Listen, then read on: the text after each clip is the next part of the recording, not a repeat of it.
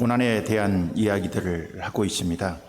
욥기를 읽어보면 우리와 공감하는 얘기들이 많이 있지만 우리가 이해할 수 없는 부분들도 많이 있습니다. 누가 고난을 당하면 우리는 그 사람을 찾아가서 위로를 하고 또 그에게 격려를 하고 그 고난의 이유는 이거다 그러고 어떤 답을 주려고 할 때가 많이 있습니다. 그러나 우리가 알고 있는 고난에 대한 여러분들이 상식과 실제로 고난을 당하는 사람들과 이렇게 접해를 보면은 어떤 사람이 고난을 당하는데 우리가 가서 그 사람을 위로하고 격려하고 이러한 고난은 이것 때문이니까 이것만 잘 이기면 될 수 있다라고 이렇게 설명을 하는데 실제로 고난을 당하는 사람들한테 그 말을 듣고 위로를 얻고 힘을 얻는 사람들은 제 경험으로 봐서는 95%는 안 됩니다. 어쩌다 한두 사람이 그 위로하고 격려하는 말을 통해서 힘을 얻고 용기를 갖기도 하지만은 거의 그 말이 위로가 되지 않습니다. 왜 그러냐면은 고난을 당하는 사람들은 위로의 말이 그를 살리는 것은 절대 아닙니다. 지금 내 형편이 다 죽어가고 있는데 옆에서 무슨 얘기를 한들 그것이 위로가 되지 않고 특별히 이제 조심해야 될 것들은 무엇이냐 하면은 그 사람을 위로한다고 싶어서 이 고난이 원인이 뭐다.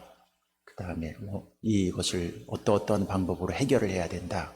이렇게 하면은 이 고난이 나아질 것이다. 그리고 자기 나름대로 갖고 있는 고난의 철학들이 있습니다. 그 철학적 이론을 갖고 이렇게 저렇게라고 원인 분석해주고 이유 알게 해주시고 이것을 해결하려면 이렇게 해야 된다고 결론까지 얘기를 해주는데 이것도 조심해야 될 필요성이 있습니다. 물론 그런 원인과 결과를 알고 그 사람한테 얘기를 해주는 것이 여러분 나름대로는 이렇게 얘기해주면 저 사람이 힘이 나서 용기를 얻겠지 하지만 오히려 상대방에게 상처가 될 수도 많이 있고 상대방은 그 얘기를 듣고 오히려 좌절 속에도 들어갈 가능성도 많이 있습니다.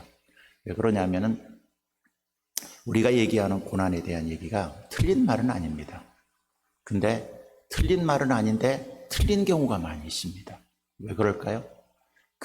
여러분들이 경험하고 여러분들이 생각을 갖고 그 고난에 대한 이론을 얘기하는 것은 여러분이 그 알량한 지식 속에서 경험 속에서 만들어진 고난이지 실제로 하나님이 우리에게 주시는 고난과 하나님이 우리를 통해서 고난을 주시는 방법과 해결책은 영 다른 방법을 통해서 하나님이 해결을 해줄 수 있기 때문입니다. 하나님이 고난관과 여러분의 고난관은 차이가 있습니다. 보통 인간의 고난관의 차이는 무엇이냐면 거의 권선징악입니다. 이 권선징악의 이론은 하나님을 믿지 않는 사람들에게도 통하는 것입니다. 누가 어려움을 당하고 고난을 당하면 우린 이런 얘기를 합니다. 죄가 있어서 그래. 잘못이 있어서 그래. 그 사람이 무엇인가 잘못했기 때문에 저런 고난이 있는 거야. 라고 정의를 해갖고 그 사람에 대해서 이러쿵저러쿵 얘기들을 많이 하는데 그럼 절대로 조심할 것들이요. 권선징악적인 논리를 갖고 어떤 문제들을 해결하고 고난의 문제에 답을 주려고 하지 마십시오. 그리고 우린 조심해야 될 것들이 무엇이냐면은 여러분이 누가 무슨 문제가 있고 어려움이 있으면 여러분 나름대로 이러니 저러니 막 이론을 갖고 답을 갖고 얘기를 해 주시는데 여러분 그런 것들은 될 수 있으면 삼가하는 게 좋습니다. 삼가. 여러분이 똑똑해봤자 얼마나 똑똑하고 고난에 대해서 알아봤자 얼마나 알겠습니까? 그렇죠? 우리 인간은 겸손할 줄 알아야 됩니다. 고난에 대해서 한 10% 정도 알고 있는 알량한 지식을 갖고 자기가 무슨 고난을 해결하는 무슨 주체자인 거냐 이렇게 나가는데 엄격히 고난의 문제를 해결해 주려고 우리가 어떤 이론을 갖고 나아갈 때 거기에 나름대로 자기 속에 교만이 잠재되어 있다는 것을 알아야 돼요. 제가 왜 이 얘기를 하느냐 하면 욥이 고난을 당했습니다. 욥의 고난은 우리가 알고 있는 권선징악적인 논리를 갖고 당하는 고난이 아닌데 옆에 있던 친구들이 이제 한 명씩 와서 네 고난은 이것 때문이야. 이 고난은 이렇게 해야지 해결이 돼. 이 문제를 이렇게 하면은 이런 답이 올 거야. 하나님은 이렇게 해결을 해 주실 거야. 라고 이제 옆에서 친구들이 얘기를 하는데 친구들이 말은 제가 봤을 때 반만 맞고 반은 틀리는 것입니다. 특히 왜 틀리느냐 하면 욥이 당하는 고난과 이 친구들이 하는 고난과는 완전히 다른 것입니다. 아주 쉽게 얘기해서 이겁니다. 욥이 당하는 고난이 있습니다. 욥이 당하는 고난은 죄를 지어서 당하는 고난이 아닙니다. 아니에요. 욥의 고난은 죄를 짓지 않는 사람들이 당한 고난의 문제입니다. 많은 사람들은 고난을 어떻게 해석하느냐. 누가 예를 들어서 병이 걸렸어. 누가 아파. 누가 어떤 힘든 일이 생겨. 그럼 우리는 상식적으로 딱 생각하는 것이 무슨 생각이냐면 하나님 앞에 무슨 죄졌나? 하나님이 뭐 잘못해서 저런 병이 걸렸나? 그러는 거죠. 예를 들어서 제가 병이 들어서 입원을 했습니다. 그럼 성도들이 거의 100%는 어떻게 생각하느냐. 목사님 무슨 죄져갖고 하나님한테 혼나갖고 저렇게 병들어 있지? 이렇게 생각을 합니다. 제 말이 틀려요? 맞아요.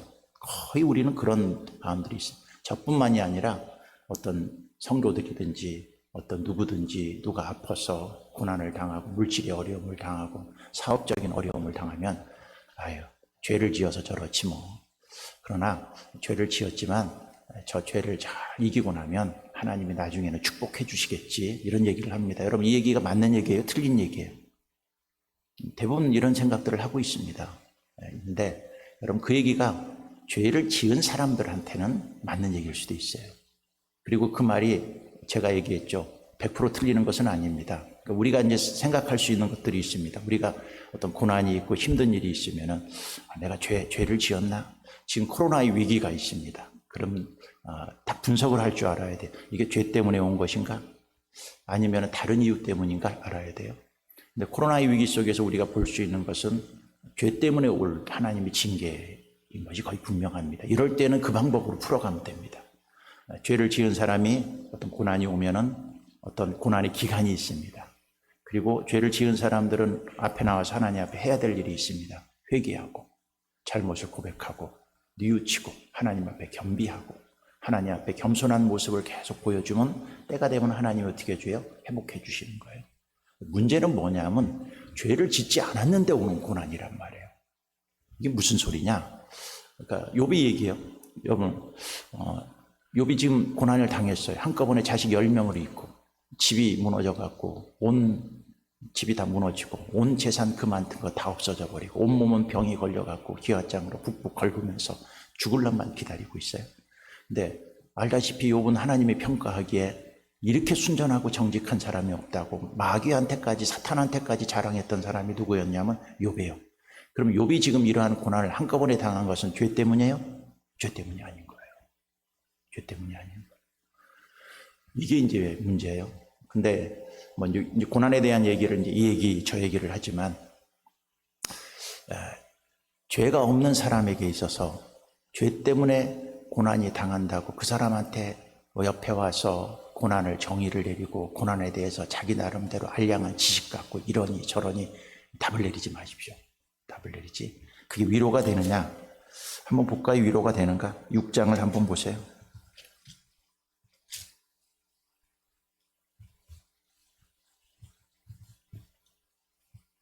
이제 먼저 4장부터 한번 봅시다. 4장서부터 엘리바스라는 친구가 얘기를 합니다. 7절을 한번 볼까요? 4장 7절. 생각하여 보라. 죄 없이 망한 자가 누구인가? 정직한 자의 끊어짐이 어디 있는가? 지금 엘리바스가 얘기하고 있는 것은 뭐냐면 욥이 이렇게 고난을 당하는 것은 뭐예요? 죄 때문이라는 거예요. 죄 때문에 이렇게 어려움을 당한다. 이렇게 얘기를 하고 있습니다. 그러나 욥이 이제 대답을 합니다. 욥은 이렇게 얘기를 합니다.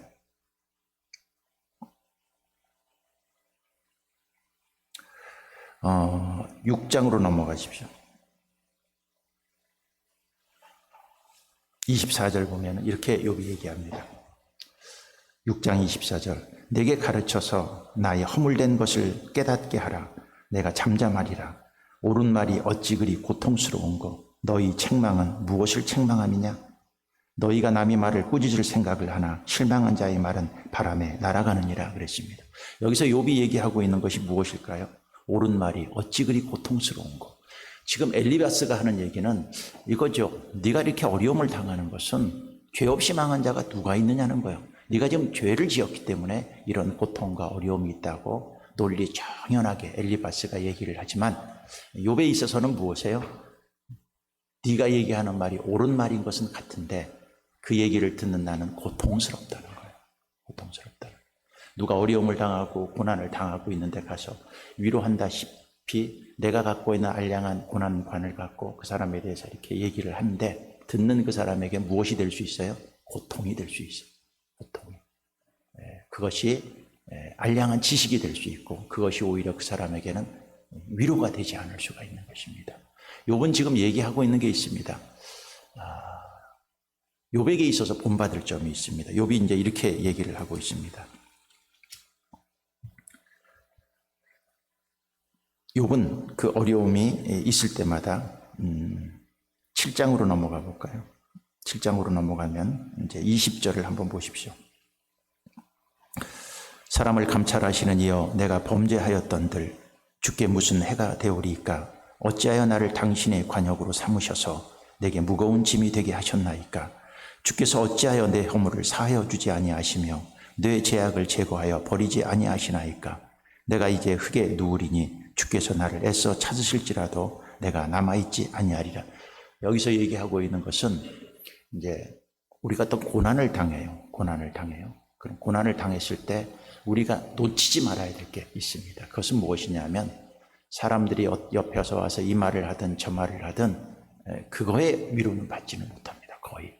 그러나 놓치지 말아야 될 것이 뭐냐면 내가 이렇게 고난을 당해도 어차피 이 고난의 주체는 하나님인 줄 알고 하나님한테 가서 자기가 지금 고난에 대해서 이해하지 못하는 이야기일지라도 무조건 가서 하나님 앞에 울부짖고 부르짖고 답을 몰라도 하나님 앞에 나아가서 답을 찾으려고 하는 태도가 중요하다는 것이죠.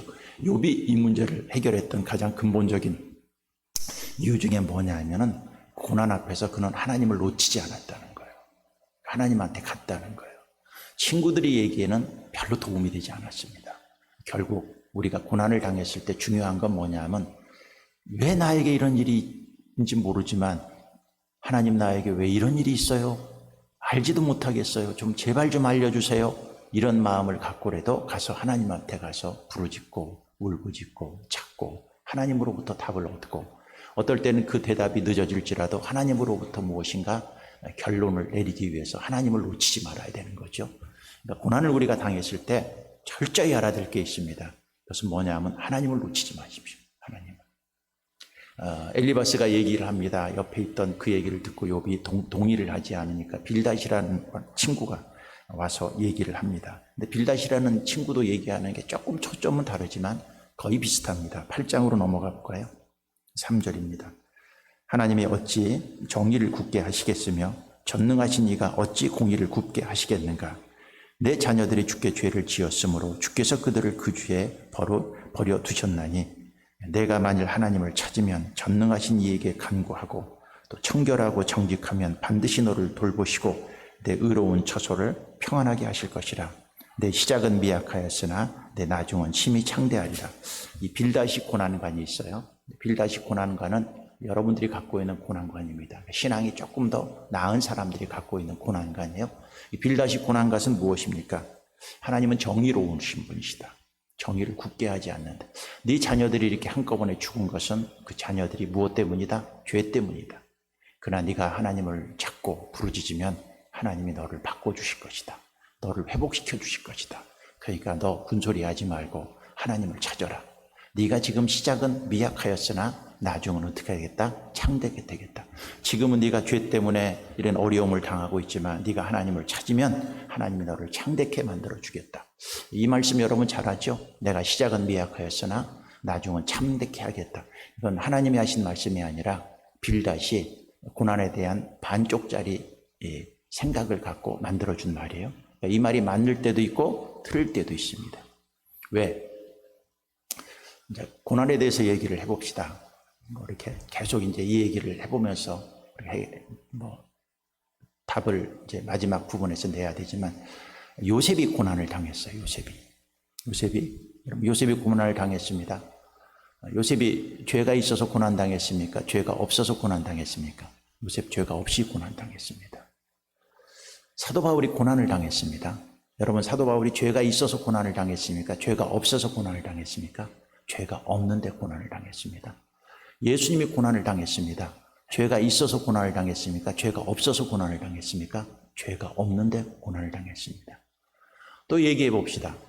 빌닷이 말처럼 고난 당하는데 시작은 미약하였으나 네가 하나님 앞에 오면은 창대케 되리라. 이 말이 맞을 때도 있고 안 맞을 때도 있습니다. 요셉은 고난을 당했지만 나중에 창대케 됐어요? 안 됐어요? 창대케 됐습니다. 사도 바울 얘기해 봅시다. 사도 바울은 고난을 당했습니다. 나중에 창대케 됐어요? 창대케 되지 않았어요?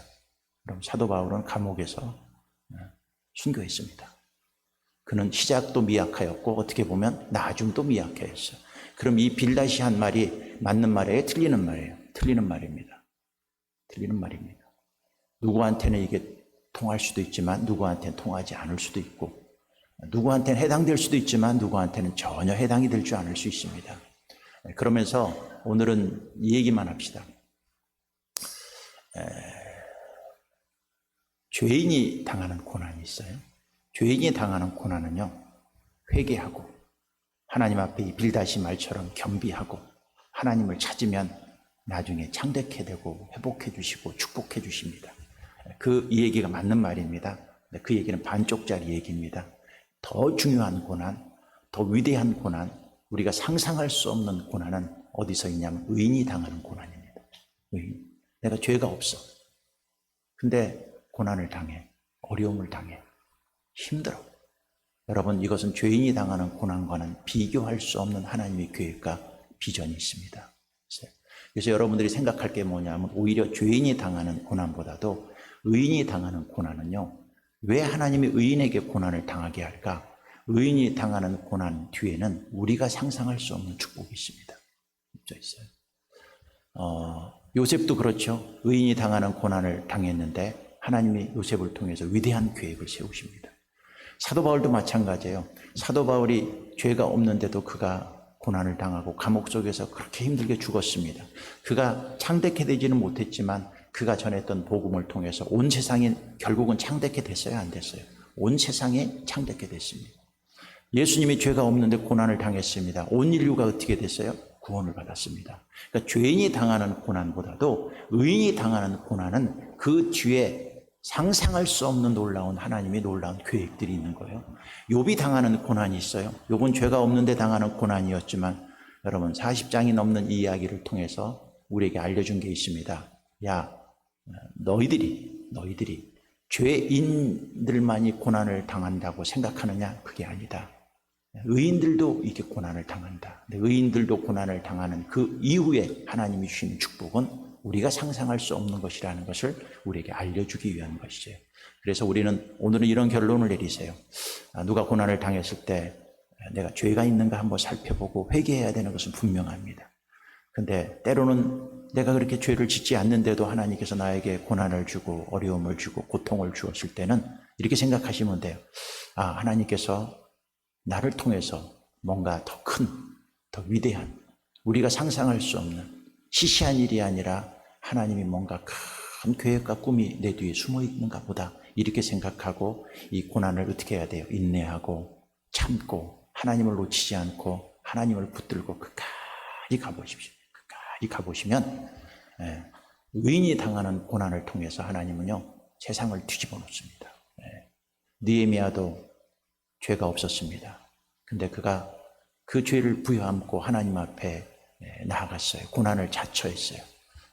하나님이 느헤미야를 통해서 위대한 일을 하지 않습니까? 성경을 보세요. 죄가 없는 사람들이 고난을 자처하고 죄가 없는 사람들이 고난을 당하고 죄가 없는 사람들이 고통 속에서 있으면 그것이 지나고 나면 우리가 상상할 수 없는 큰 축복이 그거에 있다는 것이고, 또 우리들도 고난에 대해서 어떤 분석을 할 때 단순하게 죄인이니까 저런 문제가 생겼지, 죄인이니까 저런 어려움을 당하지, 저 사람이 죄를 졌으니까 지금 저러는 거야, 이런 식으로만 판단하지 말고, 또 어떨 수 있어요?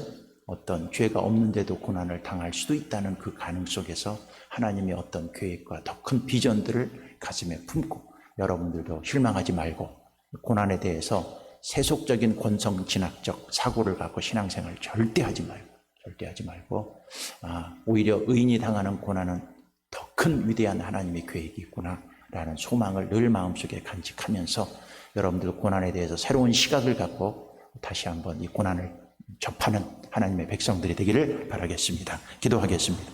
하나님 감사합니다.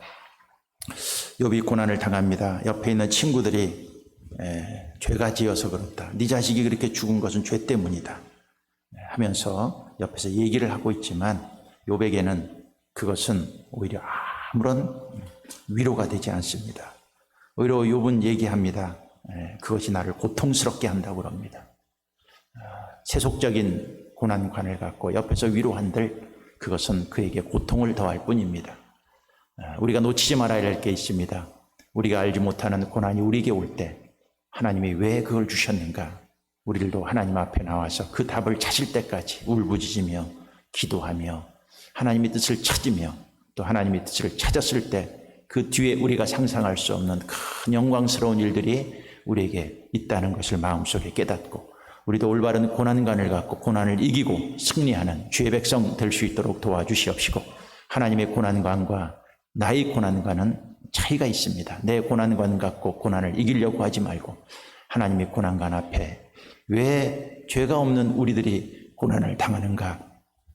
그 뒤에 하나님의 계획이 무엇인가를 늘 꿈꾸면서 고난을 인내하고 승리하는 하나님의 백성으로 축복해 주시옵소서. 예물드린 손길들을 축복해 주시옵시고 이들에게도 하나님의 위로가 있게 하시고 이들도 어떤 고난이 있어도 좌절하지 말고 하나님의 계획 속에 순종해서 욥과 같이 승리하는 주님의 백성으로 축복해 주시옵소서. 예수님 이름으로 감사하며 기도드렸사옵나이다. 아멘. 하늘에 계신 우리 아버지여, 이름이 거룩히 여김을 받으시오며 나라가 임하시오며 뜻이 하늘에서 이루어진 것 같이 땅에서도 이루어지이다.